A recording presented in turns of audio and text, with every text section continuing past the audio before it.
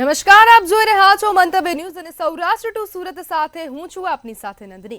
સમાચારોની શરૂઆત કરીશું જેમાં અમરેલીમાં જાફરાબાદના દરિયામાં બોટ ડૂબ્યાનો મામલો સામે આવ્યો છે, જેમાં બોટમાં સવાર 11માંથી 2 ખલાસીના મૃતદેહ મળ્યા હતા અને તેમજ 9 ખલાસીઓ હજુ પણ લાપતા છે। ત્યારે કેબિનેટ મંત્રી કુંવરજી બાવળિયાએ જાફરાબાદ પહોંચી મૃતક તેમજ લાપતા ખલાસીઓના પરિવારની મુલાકાત લીધી હતી, તેમજ લાપતા ખલાસીઓ ઝડપથી મળે તેવા સરકાર દ્વારા પ્રયાસ હાથ ધરવામાં આવી રહ્યા છે।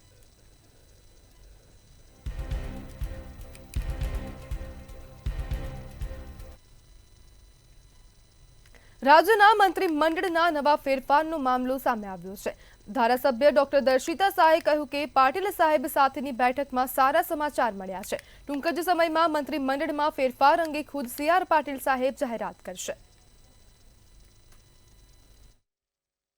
પાટીલ સાહેબે ગઈકાલે અમારી મિટિંગમાં જાહેરાત કરી છે, એ બાબતે વધુ માહિતી અને વધુ તમને તમામ માહિતી પાટીલ સાહેબ દ્વારાથી આપને જાણ કરવામાં આવશે। અમેરિકન ટેરિફ હીરા ઉદ્યોગની દિવાળી બગાડી શકે છે। અમેરિકા ભારતના જ્વેલરી ઉદ્યોગનું મોટું માર્કેટ ધરાવે છે। સુરત ખાતે ટેરિફ પહેલા ડાયમંડના મળેલા ઓર્ડર હાલ પૂર્ણ થયા છે, પણ હવે નવા ઓર્ડરો ટેરિફ લાગ્યા બાદ સ્ટોપ પર મુકાયા છે। $80 બિલિયન ભારતનું પોતાનું માર્કેટ છે। હવે જ્વેલરી ભારતમાં કઈ રીતે વેચાય તે માટે કામ કરાશે। સૌથી વધુ અસર સેઝ જેવા નોટિફાઈડ ઝોનને થશે। સેઝ ડાયમંડનું ડાયરેક્ટ एक्सपोर्ट विदेश में करे छे। 2 महीना बाद पण आ परिस्थिति रही तो मुश्केली वधशे। जीजेईपीसी द्वारा सरकार ने रजूआत करवामां आवी छे। विश्वना अन्य देशों पण डायमंडનું વેચાણ મહત્વનું રહેશે। अमेरिकन टेरिफ हीरा उद्योगनी दिवाળી बगाड़ी शके छे। या 27 ऑगस्ट सुधीमां पूरा करी दीधा छे। 27 ऑगस्ट पछी बीजी एडिशनल 25% ड्यूटी एटले डायमंड पर 50% અને જ્વેલરી ઉપર 31% જેવી 57% જેવી ડ્યુટી આજથી લાગુ પડી જશે, જેને લઈને ઇન્ડસ્ટ્રીઝની અંદર નાની મોટી અસરો થઈ રહી છે।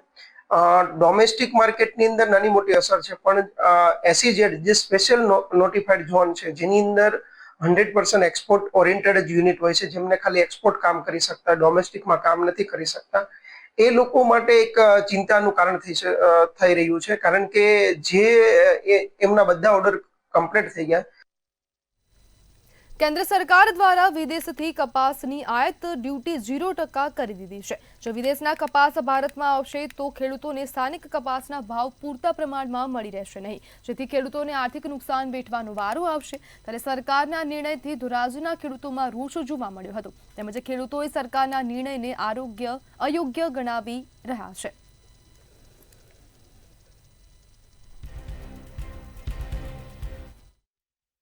અત્યારે આ આયાત ડ્યુટી હાવ નાબૂદ કરી છે, તો આ વર્ષે તો હાવ ખેડૂતોને પાયમાલ થઈ જાય એવી પોઝિશનમાં ભાવ રહી જાય, તો સરકારે આ વિશે કંઈક વિચારીને કંઈક યોગ્ય પગલાં લેવા જોઈએ। આયાતની જે 0% ડ્યુટી કરવામાં આવી છે, જેને લઈને ખેડૂતોની દશા માઠી દશા બેસી ગઈ છે।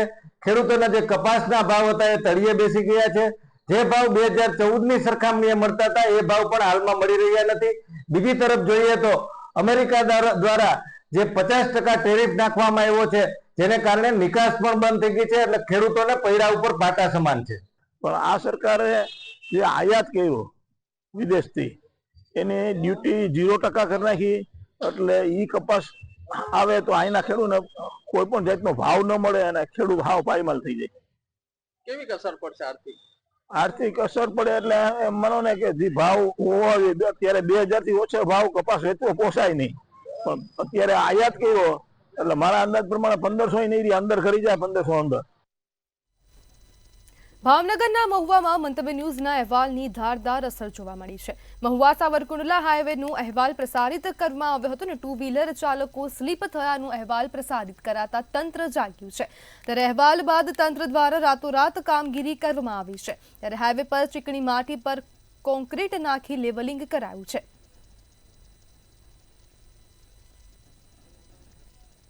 મહુવા સાવરકુંડલા સ્ટેટ હાઈવે જે ડુંડાસ ચોકડી નજીક જે એક લપસણીનો જે વિડીયો વાયરલ થયો હતો, વિડીયો હું તમને દ્રશ્યોમાં જ બતાવવાની કોશિશ કરી રહ્યો છું। એ જ આ વિસ્તાર છે તે અત્યારે તમે મંતવ્ય બિંદુની ટીવી સ્ક્રીન ઉપર દર્શક મિત્રો જોઈ રહ્યા છો કે અહીંયા જ 50 થી 60 જેટલા લોકો અત્યારે લપસીને પડ્યા હતા. ત્યારબાદ સફાળું તંત્ર જાગી ઉઠ્યું અને અહીંયા કાંઈક ને કાંઈક સિમેન્ટ કોન્ક્રીટની માટી અને સિમેન્ટ કોન્ક્રીટની કાંકરી નાખીને ત્યાં કામ કરી નાખ્યું છે. ત્યાં અત્યારે રોડ લેવલિંગ કરી નાખ્યું છે.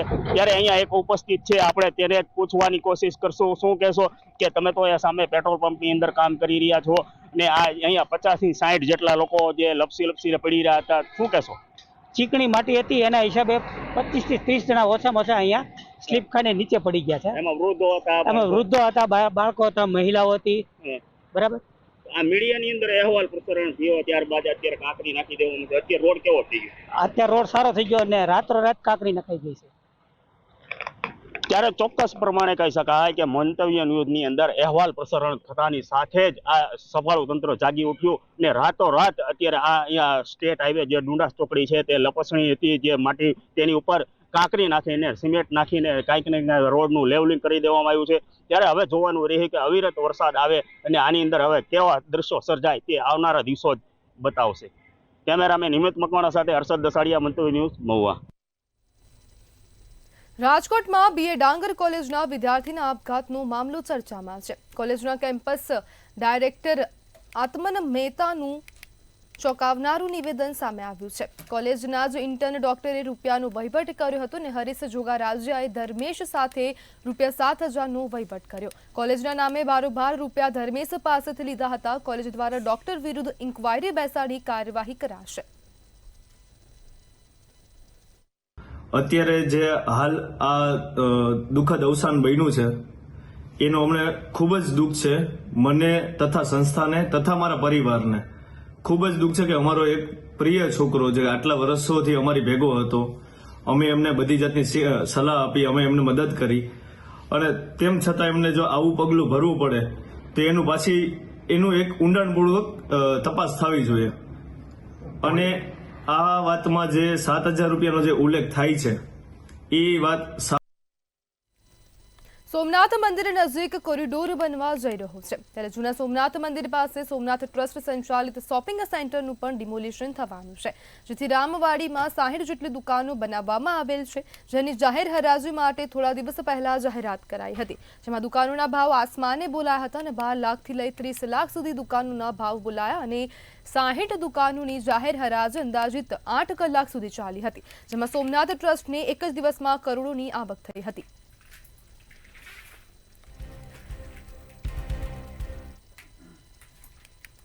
ભાવનગર પંથકમાં દુષ્કર્મની ઘટનાને લઈ ચકચાર મચી છે. અલંગ પંથકમાં 13 વર્ષની બાળકી પર 59 વર્ષના આધેડ દ્વારા દુષ્કર્મ આચરવામાં આવ્યું હતું. બાળકી અવારનવાર આધેડના ઘરે રમવા જતી હતી. નિકલતાનો લાભ લઈ વારંવાર દુષ્કર્મ આચરી બાળકીને ગર્ભવતી બનાવી હતી. ગત 25 જાન્યુઆરીએ પણ બાળકી સાથે દુરાચાર કર્યો હતો. બાળકીને ધમકી આપી મૌન રાખવા પ્રયાસ કર્યો હતો. ત્યારે આખરે બાળકીની માતાએ આધેડ આરોપી મહેશગીરી ગોસ્વામી સામે પોલીસમાં ફરિયાદ નોંધાવી હતી. અલંગ પોલીસે આરોપીને ઝડપી લઈ જેલ હવાલે કર્યો હતો.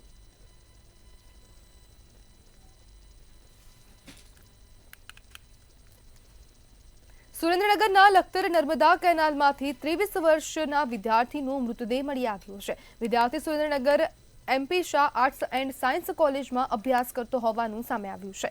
લખતર પોલીસને વિદ્યાર્થીના મૃતદેહ કેનાલમાં હોવાની જાણ થતાં જ લખતર પોલીસ ઘટના સ્થળે દોડી આવી હતી, તેમજ વિદ્યાર્થીનો મૃતદેહ કેનાલમાંથી બહાર કાઢવામાં આવ્યો હતો. લખતર પોલીસ દ્વારા મૃતદેહ સરકારી હોસ્પિટલ ખાતે PM અર્થે ખસેડવામાં આવ્યો હતો. લખતર પોલીસ દ્વારા વિદ્યાર્થીનો મૃતદેહ પરિવારજનોને સોંપવામાં આવ્યો હતો.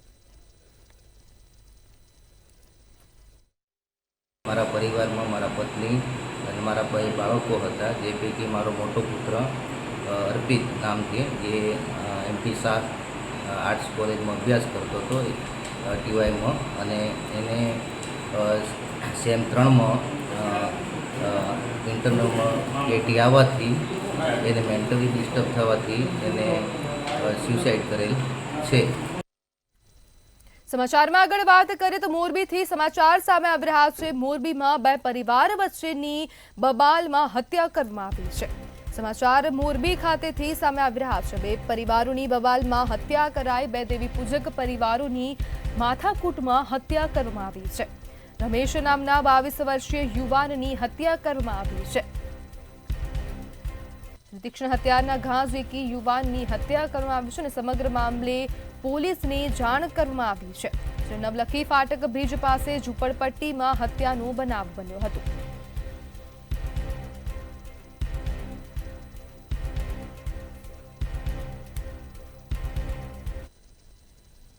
ત્યારે કચ્છના માંડવી ખાતેથી અકસ્માતના સમાચાર સામે આવી રહ્યા છે. તો કચ્છના માંડવી ખાતેથી અકસ્માતના સમાચાર સામે આવી રહ્યા છે. અકસ્માતની ઘટના બની છે, જેમાં માંડવીના બિદડા ખાખરા રોડ પર અકસ્માત સર્જાયો. ખાખરા રોડ પર અકસ્માતમાં 2 લોકોના મોત થયા છે.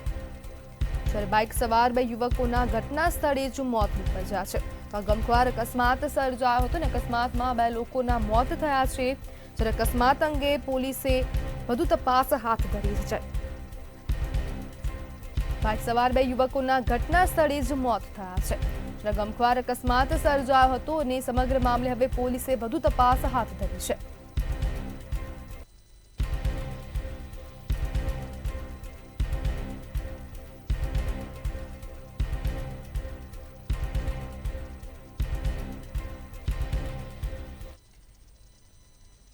રાજકોટથી આ મહત્વના સમાચાર સામે આવી રહ્યા છે. રાજકોટ ખાતેથી આ સમાચાર સામે આવ્યા, જેમાં કોળી સમાજના 2 આગેવાનો વચ્ચે વાક યુદ્ધથી વિવાદ સર્જાયો છે. બ્રિજરાજ સોલંકી અને કુંવરજી બાવળિયા આમને સામને જોવા મળી રહ્યા છે. બંને વચ્ચેના વાક યુદ્ધમાં હવે કોળી સમાજના આગેવાનોની એન્ટ્રી થઈ છે. ત્યારે હવે વિવાદ સર્જાયો છે અને કોળી સમાજના રાષ્ટ્રીય ઉપાધ્યક્ષે બંનેને સંયમ રાખવા માટે અપીલ કરી છે. ત્યારે બ્રિજરાજ સોલંકીએ કરેલું નિવેદન યોગ્ય નથી તેવું પ્રવીણ કોળી દ્વારા કહેવામાં આવ્યું છે. ત્યારે સમગ્ર મામલે હવે કોળી સમાજના આગેવાનો મેદાને જોવા મળી રહ્યા છે અને કોળી સમાજના 2 આગેવાનો વચ્ચે વાક યુદ્ધથી વિવાદ સર્જાયો હતો. ત્યારે બ્રિજરાજ સોલંકી અને કુંવરજી બાવળિયા આમને સામને જોવા મળી રહ્યા છે.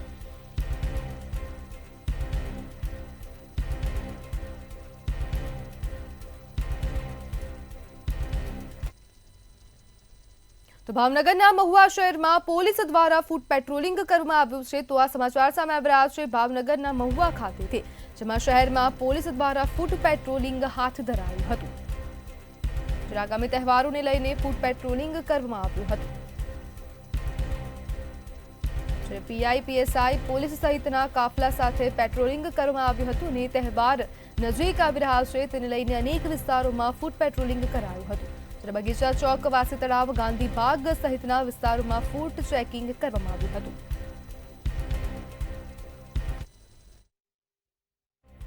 તારીખ 5 અને 6 ના રોજ જ્યારે ઈદે મિલાદ તેમજ ગણેશ વિસર્જનના ધાર્મિક પ્રસંગો યોજાનાર હોય તે અન્વયે આજરોજ મહુવા ટાઉનમાં પોલીસ સાથે ફૂટ પેટ્રોલિંગ કરવામાં આવ્યું તેમજ કાયદો અને વ્યવસ્થાની પરિસ્થિતિની સમીક્ષા કરવામાં આવી. આ બંને દિવસો જ્યારે અલગ અલગ ધાર્મિક સમુદાયના ધાર્મિક પ્રસંગો હોય, જે દિવસે ખાસ કરીને સોશિયલ મીડિયા પર તેમજ કોઈ પણ સમુદાયની ધાર્મિક લાગણીઓ દુભાય એવું કોઈ બી વ્યક્તિ દ્વારા કોઈ બી એવું કૃત્ય ન કરવામાં આવે તેમજ સોશિયલ મીડિયા પર એવી કોઈ પોસ્ટ ન કરવામાં આવે તેની તમામ જાહેર જનતા માટે એક સૂચના છે.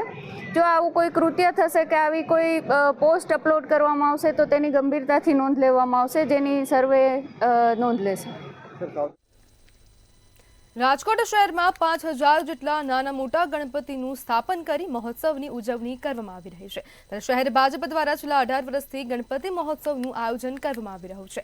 રેસકોર્સ મેદાનમાં ગણપતિ મહોત્સવમાં 10 દિવસ અલગ અલગ સાંસ્કૃતિક કાર્યક્રમો યોજાશે. તેમજ આ વર્ષે ખાસ ઓપરેશન સિંદૂરને સમર્પિત થીમ આધારિત પંડાલ તૈયાર કરવામાં આવ્યો છે. ભારતીય જનતા પાર્ટી રાજકોટ મહાનગર દ્વારા છેલ્લા 18 વર્ષથી ખૂબ ધામધૂમથી આ ગણપતિ મંગલ મહોત્સવનું આયોજન કરવામાં આવે છે. રોજ હજારો લોકો એમના દર્શનનો, આરતીનો લાભ લે છે, પ્રસાદનો લાભ લે છે અને ખૂબ સારી વ્યવસ્થા હોય છે.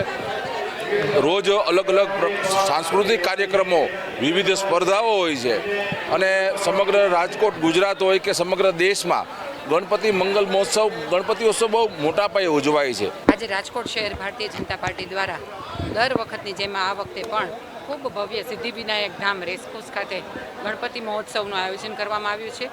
તમામ ભાવિકો ખૂબ શ્રદ્ધા અને આસ્થાથી અહીંયા જોડાયા છે અને ખૂબ સરસ આયોજન કરવામાં આવ્યું છે. રાત્રે સાંસ્કૃતિક કાર્યક્રમો અને સાંજે બહેનો, બાળકો અને તમામ નગરજનો માટે અવનવી હરીફાઈનું આયોજન કર્યું છે ને એ માધ્યમથી લોકો આપણા દેવાધિદેવ ગણપતિ દેવ, વિધિ સિદ્ધિના દેવ અને વિઘ્નહર્તા દેવની પૂજા અર્ચના કરી શકે, એનો ભક્તિભાવથી એમને ભજી શકે એ ઉદ્દેશથી આજે સિદ્ધિવિનાયક ધામ ખાતે સતત છેલ્લા 18 વર્ષથી ખૂબ ભવ્ય આયોજન રાજકોટ શહેર ભારતીય જનતા પાર્ટી દ્વારા થઈ રહ્યું છે ને સમગ્ર રાજ્યભરમાં હાલ અત્યારે ગણપતિ ઉત્સવનો માહોલ ચાલી રહ્યો છે, ત્યારે રાજકોટ શહેર ભાજપ દ્વારા પણ ગણપતિનું આયોજન છે તે કરવામાં આવ્યું છે. આપણી સાથે શહેર ભાજપ પ્રમુખ માધવભાઈ દવે છે, એમની સાથે જ વાત કરીશું. માધવભાઈ, શું કહેશો? ખાસ તો આજે આયોજન કરવામાં આવ્યું છે, ગણપતિનું આયોજન કઈ પ્રકારનું આખું સતત 18મે વર્ષે રાજકોટ ભારતીય જનતા પાર્ટી દ્વારા ગણપતિ મંગલ મહોત્સવનું આયોજન કરવામાં આવેલું છે. આપ સૌ જોઈ રહ્યા છો કેટલા ઉલ્લાસ આનંદ સાથે લોકો ગણપતિ દાદાને વધાવવા માટે થનગની રહ્યા છે. અત્યારે અમે દાદાને લઈ શોભાયાત્રા સ્વરૂપે દાદાનું સ્થાપન થશે ગણપતિ મંગલ મહોત્સવ સિદ્ધિવિનાયક ધામ રેસકોર્સ ખાતે, અને ત્યારબાદ મંગલ મહોત્સવનો પ્રારંભ થશે. વિવિધ કાર્યક્રમોની હારમાળા 10 દિવસ સુધી રાખવામાં આવેલી છે. તો એક પ્રમુખ તરીકે બાપા પાસે શું માંગશો? રાજકોટના પ્રમુખ તરીકે બાબા પાસે રાજકોટના લોકોની સુખાકારી, રાજકોટ, ગુજરાત અને ભારત દેશ ભારત માતા પરમ વૈભવના શિખર ઉપર પહોંચે અને ભારત વિશ્વગુરુ બને એ દાદા પાસે હું નમ્ર વંદન કરીને પ્રાર્થના કરું છું. આગામી સમયમાં કોર્પોરેશનની ચૂંટણી પણ આવી રહી છે, શું કહેશો? કોર્પોરેશનની ચૂંટણી આવી રહી છે, એના માટે ભારતીય જનતા પાર્ટી પૂર્ણ રીતે તૈયાર છે અને કોઈ પણ ચૂંટણી અમે તાકાતથી લડીશું અને જ્વલંત વિજય મેળવીશું. આપણી સાથે માધવભાઈ દવે કે જેઓ જણાવી રહ્યા છે કે આગામી સમયમાં જ્યારે કોર્પોરેશનની ચૂંટણી આવવાની છે ત્યારે હાલ અત્યારે કાર્યકર્તાઓમાં એક માહોલ પણ દેખાઈ રહ્યો છે. ગણપતિ ઉત્સવ જ્યારે શરૂ થયો છે ત્યારે કહી શકાય કે હાલ આ માહોલ અત્યારે સ્પષ્ટપણે દેખાઈ રહ્યો છે. ભાજપના કાર્યકર્તાઓ તે અત્યારે ગણપતિ ઉત્સવમાં સહભાગી બનવા માટે મેયર બંગલેથી અત્યારે રેસકોર્સ ખાતે જઈ રહ્યા છે. ત્યારે ચોક્કસથી કહી શકાય કે ક્યાંક ને ક્યાંક જૂથવાદ વચ્ચે હાલ અત્યારે ક્યાંક ને ક્યાંક સંગઠનની તાકાત દેખાઈ રહી છે. કેમેરા પર્સન લલિત વ્યાસ સાથે ધ્રુવ કુંડેલ, રાજકોટ. રાજકોટ શહેર ભાજપના ગણેશ મહોત્સવમાં જૂથવાદ દેખાયો છે. 18 વોર્ડમાંથી અનેક કોર્પોરેટરો ગેરહાજર જોવા મળ્યા હતા. રાજ્યસભા સાંસદ રામ મોકરિયા, ધનસુખ ભંડેરી, નીતિન ભારદ્વાજ, ડોક્ટર નેહલ શુક્લાની ગેરહાજરી જોવા મળી હતી. આંતરિક જૂથવાદને કારણે ગણેશ મહોત્સવમાં કાર્યકરોની ફીકી હાજરી જોવા મળી હતી. રાજકોટ શહેર ભાજપ દ્વારા કાર્યક્રમોમાં બાદબાકી કરી દેવામાં આવતી હોવાની ફરિયાદ ઉઠી હતી. પૂર્વ પ્રમુખ કમલેશ મીરાડી અને પૂર્વ standing committee chairman Pushkar Patel, પૂર્વ મંત્રી અરવિંદ રયાણી આવતા કાર્યકરોમાં અનેક ચર્ચા સેવાઈ હતી. ગણપતિ બાપાનો ઉત્સવની બધાને શુભકામના આપું છું અને ભારતીય જનતા પાર્ટી રાજકોટ મહાનગર દ્વારા છેલ્લા 18 વર્ષથી ખૂબ ધામધૂમથી આ ગણપતિ મંગલ મહોત્સવનું આયોજન કરવામાં આવે છે. રોજ હજારો લોકો એમના દર્શનનો, આરતીનો લાભ લે છે, પ્રસાદનો લાભ લે છે અને ખૂબ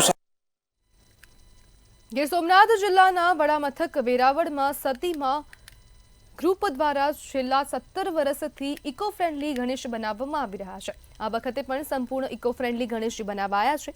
3500 જેટલા ચોકલેટના સિક્કા, મુલતાની માટી અને થર્મોકોલ સહિતના પદાર્થો તેમજ ડ્રાયફ્રૂટ સાથે ગણેશજી બનાવાયા છે, જેથી વિસર્જન બાદ પણ દરિયાઈ જીવસૃષ્ટિને ખોરાક મળી શકે અને કોઈપણ જીવસૃષ્ટિ કે વાતાવરણને નુકસાન પણ ન થાય. ત્યારે આ વખતે ચોકલેટના સિક્કાના ગણેશજી આકર્ષણનું કેન્દ્ર બન્યા છે.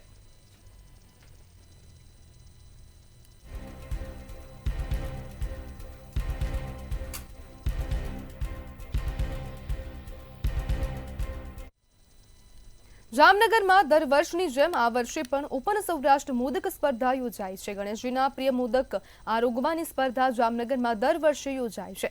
સ્પર્ધામાં 15 વર્ષ સુધીના બાળકોની પણ જમાવટ જોવા મળી હતી અને 100 ગ્રામનો એક એવા વધુમાં વધુ લાડુ આરોગનારને સન્માનિત કરવામાં આવ્યા હતા. આ સાથે જ સ્પર્ધામાં 11 મહિલાઓ, 18 બાળકો અને 30 પુરુષોએ ભાગ લીધો હતો. જામનગર સહિત આસપાસના જિલ્લાઓમાંથી લોકોએ સ્પર્ધામાં ભાગ લીધો હતો.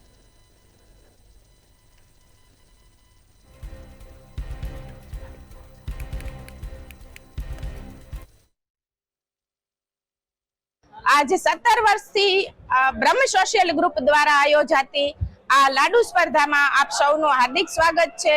પ્રમુખ શ્રી કીર્તિભાઈ કરિયાણી, મંત્રી શ્રી મનીષભાઈ રાવલ અને હું પ્રોજેક્ટ ચેરપર્સન દીપાલી પંડ્યાના અથાગ પ્રયત્નથી આજે 17મા વર્ષે લાડુ સ્પર્ધાનું આયોજન કરવા જઈ રહ્યા છીએ. લાડુ શબ્દ આપણા પ્રાચીન સંસ્કૃતિમાં ભોજનના મહત્વને દર્શાવે છે. જે રીતે આપણે ખાનપાન છે એ આપણા સ્વાસ્થ્ય ઉપર અસર કરે છે, એટલે જ લાડુ છે એ આપણે ગણેશજીને ધરીએ છીએ. જામનગર હું આ સ્પર્ધામાં 7 વર્ષથી ભાગ લઉં છું અને મારો પહેલો નંબર 2 વર્ષથી આવે છે. અત્યારે ગયા વર્ષે પહેલો નંબર આવેલો અને 2 વર્ષ લગી પહેલો બીજો નંબર આવેલો છે. 7 વર્ષથી આ સ્પર્ધામાં ભાગ લઉં છું. મને ખૂબ આનંદ મળે છે. આમાં બહુ મજા આવે છે. આજે મેં 9 લાડવા ખાઈને પહેલો નંબર લીધો. જૂનાગઢમાં અતિ પ્રાચીન અને ભક્તોમાં અનેરું મહત્વ ધરાવનાર ગણેશ મંદિર આવેલું છે, જે ઈગલ ગણપતિના નામથી પૂજાય છે. ઈગલ ગણપતિ ભક્તોમાં અનેરું સ્થાન ધરાવે છે. અહીં 12 માસ ગણેશ ભક્તોની ભારે ભીડ જોવા મળે છે. અહીં ભાવિકો પોતાની શ્રદ્ધા પ્રમાણે ચાલીને આવે છે અને ગણેશને શીશ ઝુકાવે છે. ભક્તોનું કહેવું છે કે અહીં જે કંઈ માંગો તે ગણેશ આપે છે. પેઢી દર પેઢી અહીં ભાવિકો આવે છે અને ગણપતિના ગુણગાન ગાય છે. સાથે જ ઈગલ ફેક્ટરીના માલિકો જ્યારે આર્થિક રીતે સંકટમાં હતા ત્યારે સપનામાં આવી ગણેશજીએ તેમને કૂવામાંથી બહાર કાઢવાનું કીધું હતું અને ગણપતિ પ્રાગટ્ય થયા હતા.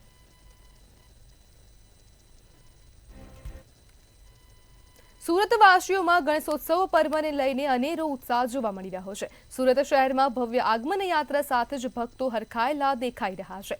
ગણેશોત્સવ પર્વને લઈને સુરત મહાનગરપાલિકાએ પણ તડામાર તૈયારી કરી દીધી છે, જે અંતર્ગત શ્રીજી પ્રતિમા વિસર્જન માટે 21 જેટલા કૃત્રિમ તળાવ બનાવવાનું આયોજન કરાયું છે. તે પૈકી 12 જેટલા કૃત્રિમ તળાવમાં ગૌરી ગણેશ વિસર્જન પણ થઈ શકે એવું આયોજન થયું છે. ભક્તો દ્વારા 27 ઓગસ્ટથી 6 સપ્ટેમ્બર સુધીના સમયગાળા દરમિયાન પોલીસ કમિશનર જાહેરનામાને આધીન કૃત્રિમ તળાવમાં પ્રતિમાનું વિસર્જન કરી શકાશે.